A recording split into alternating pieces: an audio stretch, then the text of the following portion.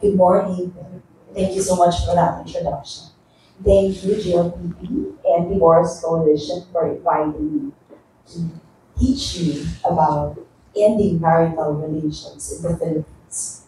So today, I'm going to wear my teacher hat. I'll be lawyer teacher hat. We're going to learn about the different ways of ending marital relations in the Philippines as compared to divorce. So I would like to emphasize that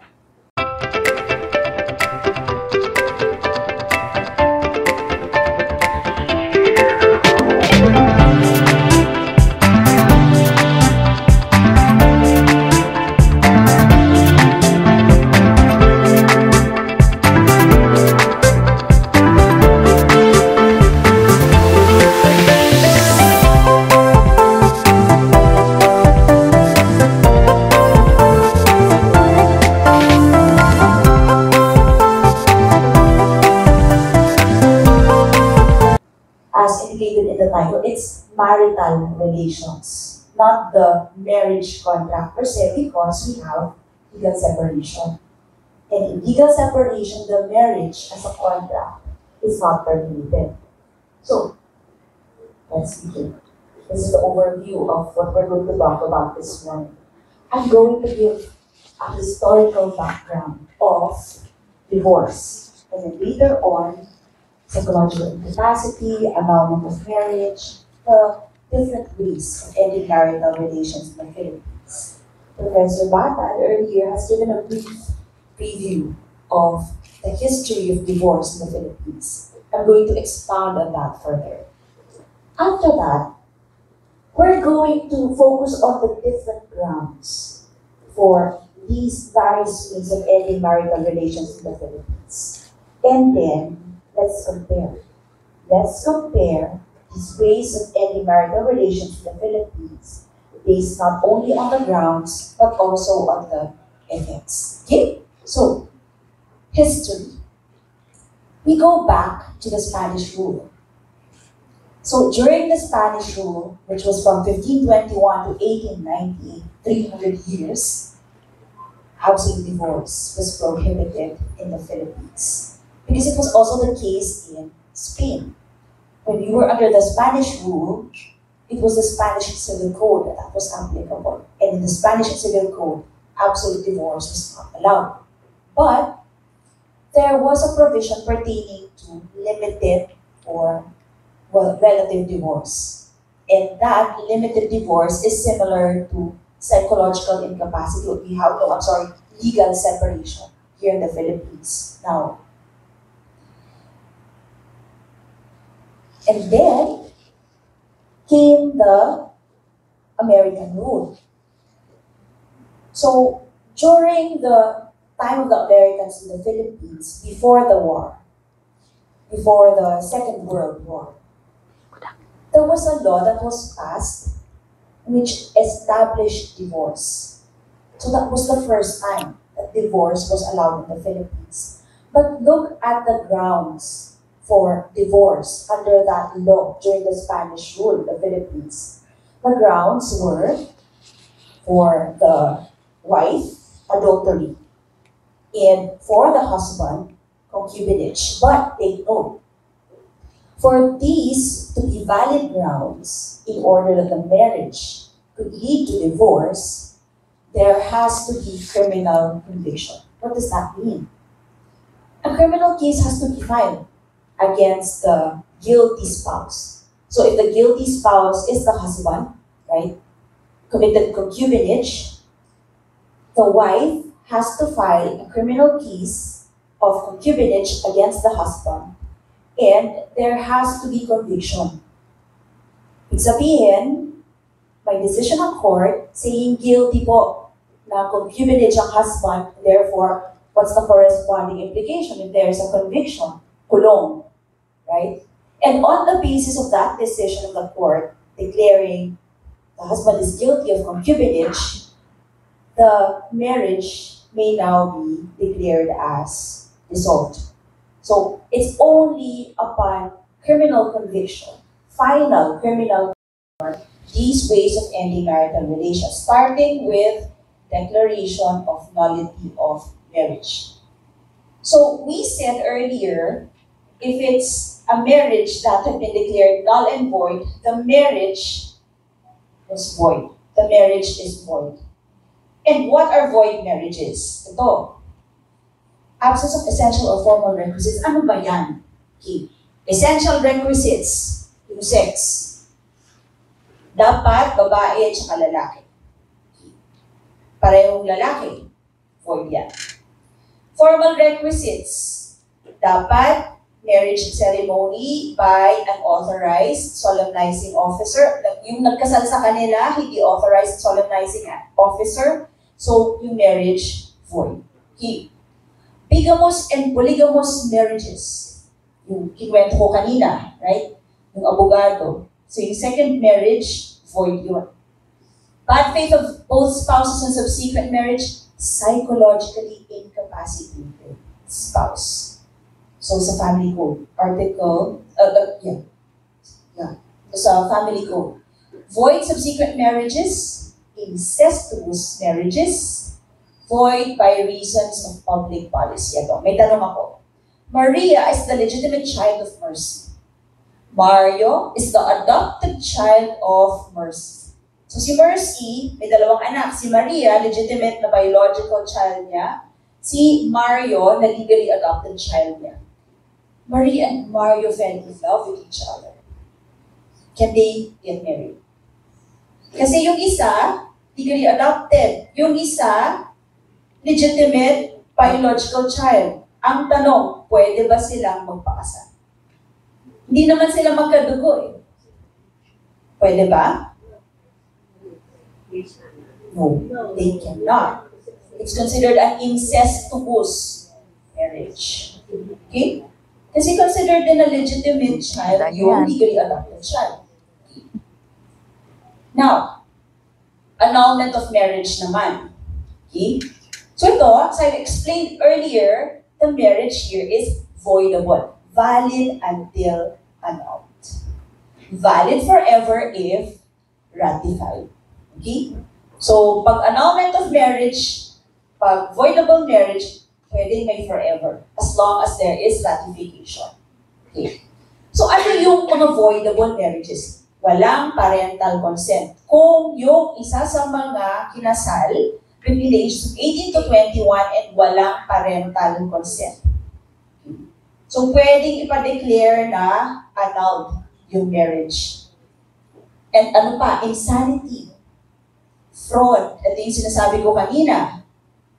Niloko. Hindi sinabi lahat ng ano. Tapos, force, intimidation, undue influence. Pinilit siya. Shotgun wedding. Yung ganun pa ba?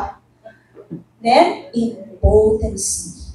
And, sexually transmissible disease na hindi dinisclose dun sa innocent spouse. Okay, now I have a question. Mario and Maria are married.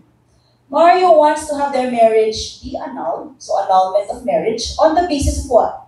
There was a clinical finding that Maria cannot bear a child. In English, sterile. In Filipino, sa inyo nang galing yan. Somehow, so, notice the words, pag sterile, walang masyadong impact. Pero pag sinabing baog, may negative na no? Well, anyway, so yun. Now, my question, is this a valid ground for annulment of the marriage? Pwede bang i-annul yung marriage? Magiging successful ba si Mario? Si Ma'am, shaking her head. Bakit? Kasi hindi pa naman na alam na pa sa dati. Hindi, may clinical finding na yun. Yes. May clinical finding. Pero you're correct. Hindi siya valid ground for annulment of marriage. Because yung impotency na nakalagay dito does not pertain to you bearing a child. It pertains to yung obligation mo to have sexual carnal relations with your spouse. Kasi that's part of being married. Diba? Having that intimate relations with your spouse. Kung hindi mo kaya mo fulfill yung obligation na yan, it's a ground for annulment of your marriage. Okay? Kasi nga, to connect it with what Ma'am said kanina, yun nga, pwede kasi hindi mo alam at the time that you're marrying na, ay, ganun pala siya. Kasi, conservative ka, di ba, Ma'am Leo? May mga ganun, marami pa na, hopefully, may mga ganun pa, preserving themselves, keeping themselves pure. Di ba? Wanting to be virgin before getting married. So, kung may mga ganon, only after getting married would they know na, ay, hindi pala niya kaya ma-fulfill yung obligation niya to have intimate relations with you. So, you can have your marriage declared annulled. Pero syempre, you have to present proper proof. Now, legal separation. As we have said, even if you are able to get a decree of legal separation after all of the expense, all of the time, mahirap din ito, ha? Still, you're considered married and you can't enter into any subsequent marriage. But these are the grounds. The physical violence, ganyan.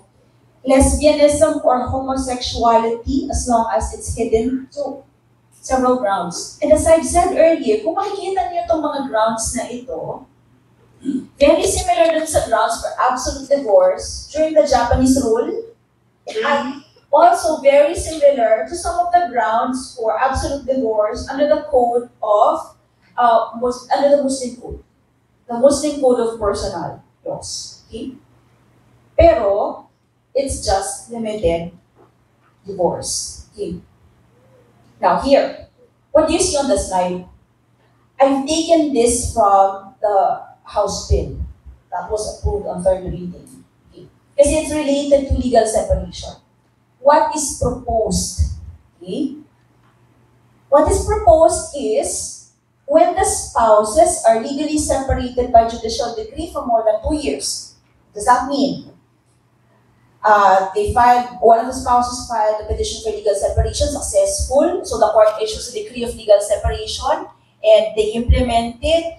So, hiwalay na sila from bed and board for at least 2 years, tapos pumasa itong divorce bill, naging divorce law, and pati ito hindi na veto, so this was within. Ibig sabihin nun, the spouses may now file an action for absolute divorce on the basis of this proposed provision. Okay. Now, divorce as proposed by Congress. So, as I've said earlier, what we're going to be discussing in terms of grounds would be what we find in House Bill number 9349. So these are the grounds. Nakita niyo na yung grounds for legal separation kanina, di ba? So yun din ang grounds for absolute divorce under the House Bill. Nakita niyo na yung grounds for annulment of marriage kanina. Yung mga voidable marriages, yun din ang grounds for absolute divorce under the House Bill. Ano pa? Separation in fact for at least 5 years. So, kahit walang decree of legal separation, but they are separated in fact. So, separation de facto for at least 5 years. Under the House Bill, you can now file a petition for absolute divorce. Psychological incapacity. Okay? Sex reassignment surgery. Irreconcilable differences, and other forms of domestic or marital abuse. Ano ba itong irreconcilable differences? It's defined in the House Bill. Irreconcilable differences is defined as the substantial incompatibility of the spouse because of their intransigence or fault. So basically, magkaiba at abuse at magkaiba at talagang divisive. Hindi nila ma-reconcile yung kanilang pag-uugali. And because of this, there's a total breakdown of their marriage. The marriage is totally dysfunctional. So that is how irreconcilable differences is defined in the House Bill. Ano naman yung domestic or marital abuse? Ito yon. So vowsy, right? Physical violence, psychological, emotional violence, sexual violence, or economic abuse. So these can be grounds for either the alien or Filipino spouse, right, pwede na i-recognize itong foreign decree of divorce without undergoing the judicial process. So what needs to be done now, as proposed in the House bill, is ipa-authenticate yung foreign decree of divorce and then register it with the proper civil registry office in the Philippines. Right? So it will make it so much easier to have the foreign decree of divorce be recognized in the Philippines. It will just be administrative. You don't have to go to the courts. Now, I know I'm overextended, pero malapit na ako. Comparisons. Prescription. Ano ibig sabihin ng prescription? You have to act within specific period, right? Because if you don't act within the prescribed period, you'd be considered as having sat on your rights. Kahit na may totally valid grounds ka, hindi na pwede. Inupuan mo eh. Right? So, una, declaration of nullity. Walang prescriptive period, kahit na 30 years, 40 years, basta buhay pa yung mga spouses, you can file a declaration of nullity of the marriage. Pero for annulment, you have to act within the prescriptive period, usually of 5 years. For example, pinag-usapan natin kanina, lack of parental consent. So, yung kinasal ay 20 years old, tapos walang parental consent. So, voidable yung marriage nila. Now, upon reaching the age of 21, itong spouse na nung kinasal ay 20 years old, pwede na siyang mag-file ng petition for declaration of, for annulment of the marriage, pero dapat it should be within 5 years from reaching the age of 21. Paano pag sumobra? Halimbawa, after only 6 years or 7 years, ay prescribed na. Deemed ratified na yung marriage. Kaya importante yung prescriptive period. Paano yung legal separation? Ganon din. Yung petition for legal separation, you have to act within certain prescribed periods. It is also 5 years from the date of occurrence of the cause or from the time of discovery of the cause. So isang ground na for legal separation we saw earlier is homosexuality or lesbianism, right? Na nalaman mo lang when you were already married. So you have to count from the moment na nalaman mo, count 5 years. So it's only within that period na pwede kang mag-file petition for legal separation. Otherwise, kapag sumobra, pwedeng i-dismiss because prescribed na. What about divorce? Under the House bill, the prescriptive period for filing petition for divorce is 10 years. But again, I'd like to emphasize, this is just a bill. It's just a recommendation. More comparisons. In terms of properties, declaration of nullity, mga properties ng mga spouses. Kasi nga, nasabi natin, kapag the marriage is declared as null and void, it's void from the very beginning. So as if walang kasal. Therefore, ang objective natin is ibalik natin yung mga spouses to how they were had they not gotten married. So, the general rule is if the marriage is declared as null and void from the very beginning, paghahatian yung mga properties in equal shares. Okay. In equal shares. Pero if the marriage is a bigamous or adulterous subsequent marriage, in proportion to yung respective contributions nila to the property. So here, kailangan may proof kayo o ano yung mga respective share ninyo. Kung halimbawa, may proof na itong bahay at lupa, ang nag-acquire lang naman talaga lahat is the husband, then, hindi pwedeng sabihin ng wife na may share ako dapat sa bahay at lupa na yan. Okay? Paano pag annulment? Okay. So, kapag annulment, the marriage is dissolved, correspondingly, pati yung property relations. Yung property relations, meron tayong absolute community of property, yun yung default. In short, ano ibig sabihin ng absolute community of property? Practically lahat ng mga properties acquired during the marriage, properties brought into the marriage, kalahati sila. 50-50 sila. So, pag sinabing dissolved, therefore, ipapartition natin, distribute mo din in equal shares. Except kapag may bad faith. Okay? Kapag may bad faith, halimbawa, the husband committed fraud, may mga hindi siya dinisclose, right? Then, the husband will forfeit his right to the absolute community of property or conjugal partnership of gains. Para mga donations, valid din unless may bad faith. Halimbawa, yung husband dinonate dun sa mistress. Right? So, hindi na-recognize yung donation. Ito, mana. Paano yung usaping mana? Well, walang succession, ibig sabihin hindi magmamana yung guilty spouse. Hindi magmamana yung guilty spouse from the innocent spouse. What about legal separation? It's just dissolution, liquidation of the property relations. The marriage subsists. Divorce under the house bill, it's basically the same thing. Dissolution then and liquidation of the property relations. Estado ng mga bata.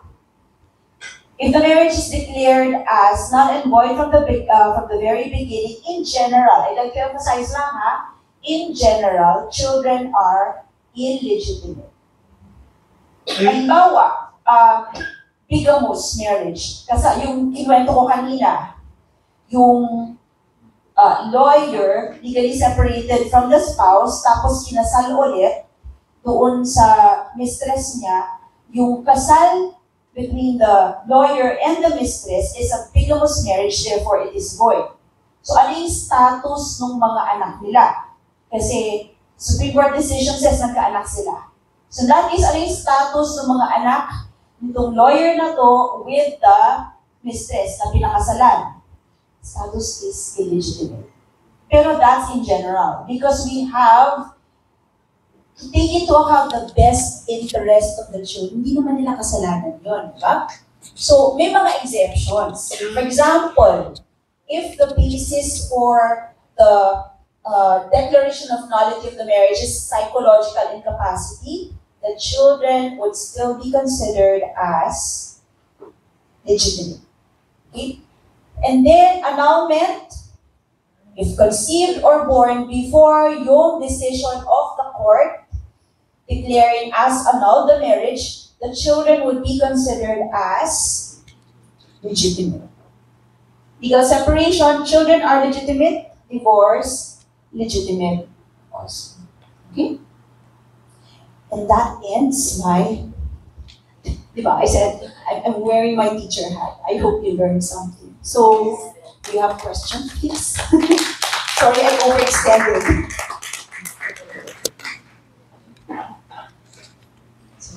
Yes, ma'am.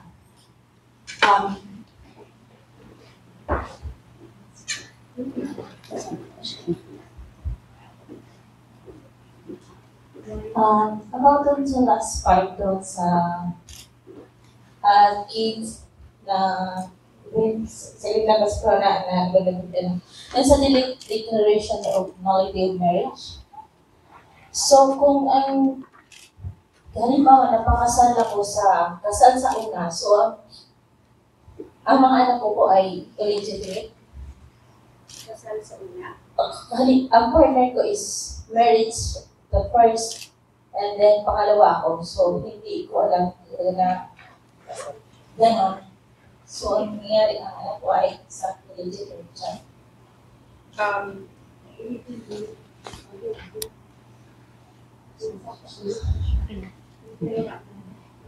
Just to clarify. So, second wife siya, hindi niya alam.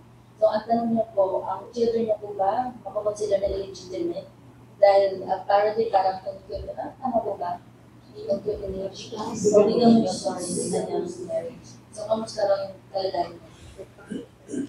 Yes, the general rule is illegitimate yung mga anak. But, may mga exemptions. So, later po, I'll talk to you about the exemptions. Like, it will also matter kung aware kayo.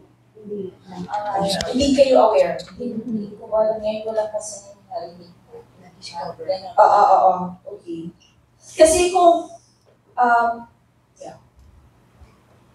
If that's the case, then it can fall under the exceptions.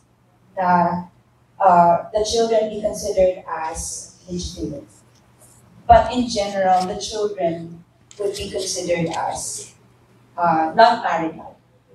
Pwede ko ba, halimbawa, i-change yung surname nila kung gusto nila under my surname? Under your surname. Yes, sana. Kung saan nila. Pwede ko ba? Ano po ba yung edad nila? Underage. Underage pa naman. May isa lang po akong without age. Turning 19. Oo, okay. So, kapag mga underage, mga below 7 years old, for example, and then they are non-marital children or illegitimate children, yung mother po ang may custody and yung mother then ang may option. Kung ang iti-take on the surname will be your surname or the surname of the husband. Yes. So, depende rin po sa kung ano, nilalalabasan na rin. Yes. Thank you, Tony. Thank you, kasi ngayon ko lang kasi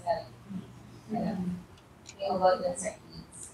So, importante ko sa Yeah, okay. So I'd like to emphasize, yun po yung general rule na illegitimate. Pero marami pong exceptions. That's why I wanted to talk to you kasi baka naman you would fall under one of the exceptions. So, ang nilagay ko lang po dito na exception is kapag yung declaration na null and void yung marriage is on the basis of psychological incapacity. So again, best interest of the children, the children would still be considered as marital or legitimate children. Ako kasi sa domestic abuse ako, kaya sa about doon, so parang sige po, attorney mo. Yeah. Kasi when you say domestic abuse, baka naman hindi declaration of nullity of marriage. So, Yan. marriage. So, Kasi nga sabi nyo, married na hindi siya. ko alam nung hiwalay na po kami, doon ko na nalaman kasi gusto ko pong mag-file sana ng legal separation. So, nung pagkuha ko po ng sinumar, so pangalawa po, yung pangalan ko, akala ko nagkamali lang, so kumuha po ako ulit. So, yun po talaga, sa pangalawa po ako. Okay. Kaya, Pero meron po kayong marriage certificate. yes po, makakuha po ako. Hindi ko naman po alam yung attorney na. So, wala po kasi ako sa ngayon ko lang po Correct. about the kids. Paano nyo po nalaman? Because of the Senomar. Yes po.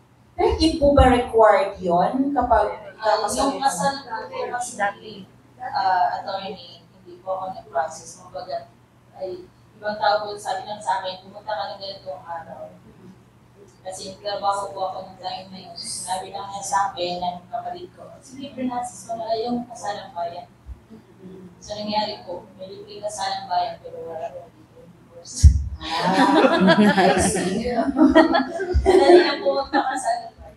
Kasi ang hirap po kasi kumauna. Correct. So that is why we have the proposed divorce. Thank you so much. Yes. So if there are no more questions,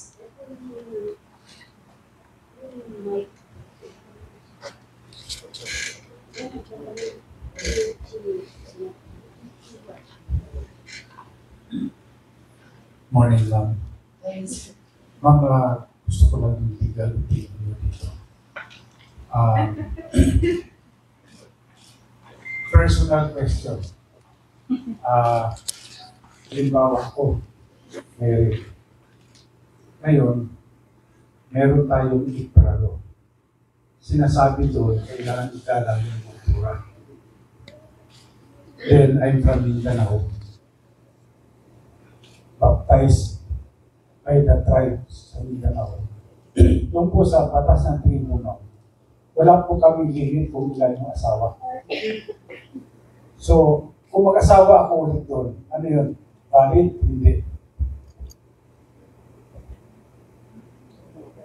There was may Supreme Court decision involving customs of indigenous tribes, pero I'm not very sure about the details now.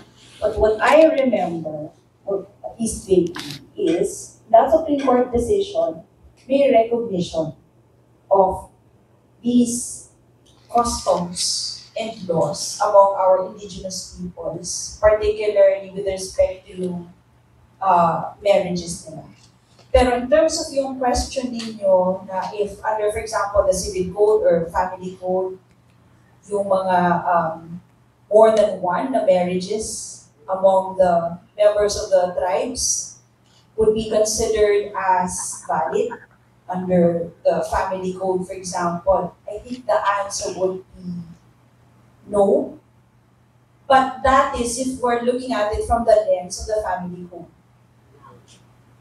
Pero as I said earlier, there's Supreme Court decision that recognizes to a certain extent yung validity and then the legal effects of the marriages validly entered in pursuant to their customary laws of our indigenous peoples. If, for example, ako po, I'm Igorot.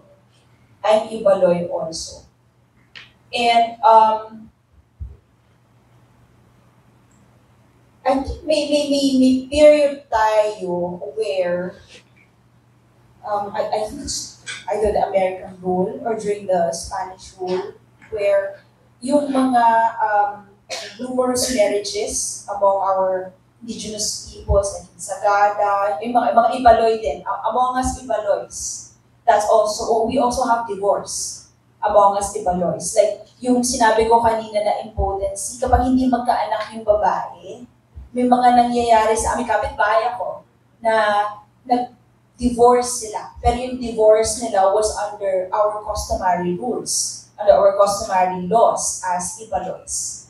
So there's a recognition na at least among the indigenous peoples, and as long as their divorce is valid under their customary laws, it should be given due recognition. Pero I'm sorry, it escapes me now yung Supreme Court decision na yun and then the specific details. Ang problema kasi na yung indigenous people, hindi po magkapareho yung kultura.